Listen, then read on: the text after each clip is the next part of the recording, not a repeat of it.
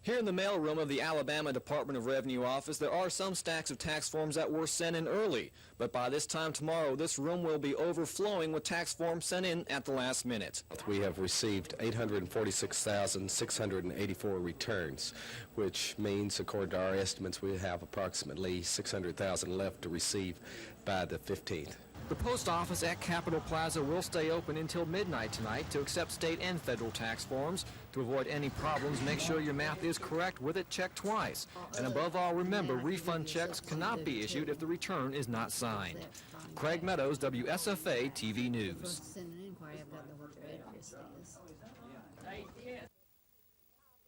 This autographed copy of the way it was, to thank you and the mayor for all you've done. Well, we enjoyed our... Do you want me to open it? Yeah. Good, juicy. Yeah. Good.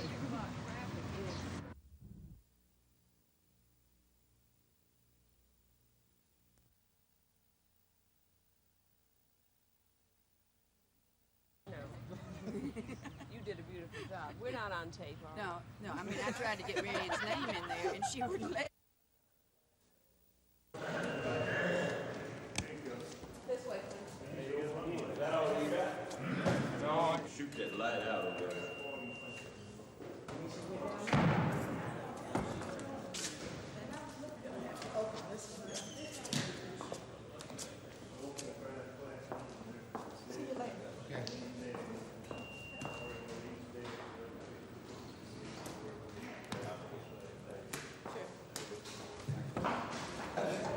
That's old Victor.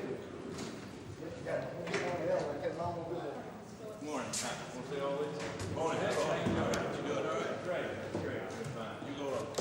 I'm gonna be down here now if y'all need me. I'll over here. Good morning. What you got back there? Hey, boss, how you doing? Oh, you going to 505? Okay. Get the elevator right there. Hey, boss. We're gonna try to get.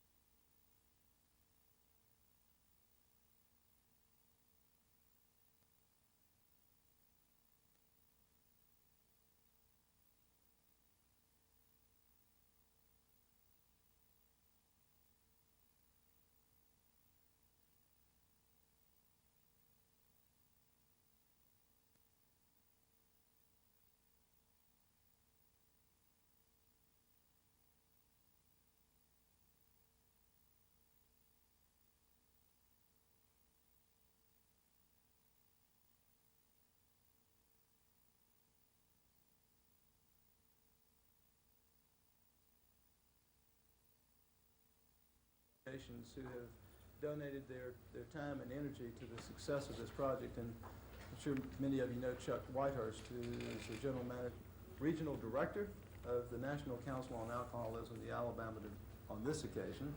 I am the state chair of the National Council for coming today and being a part of what we consider to be one of the more significant announcements and projects.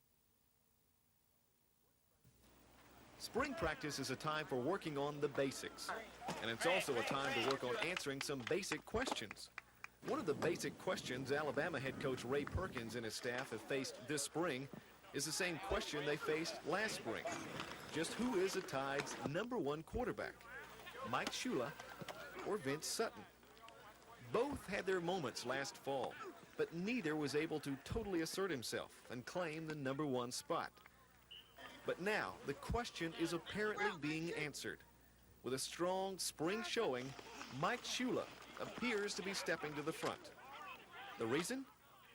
His intelligence. He's a smart player. He's playing very, very smart right now. In two full game type situations, with a lot of snaps in those situations, he has made very few mistakes. Certainly, I think he's playing better right now than he has at any time since he's been with us. And I think he's having a really good spring. He's coming around to understand fully exactly what we're expecting out of the quarterback. We're going to expect a lot more out of him because we can. Of course, September the 14th, the Tide's home opener against Texas A&M is still a long time off, and many things could change. But at the moment, Mike Shula, using brawn and brain, has established himself as the man to beat. Mark Thornhill, 12 Sports.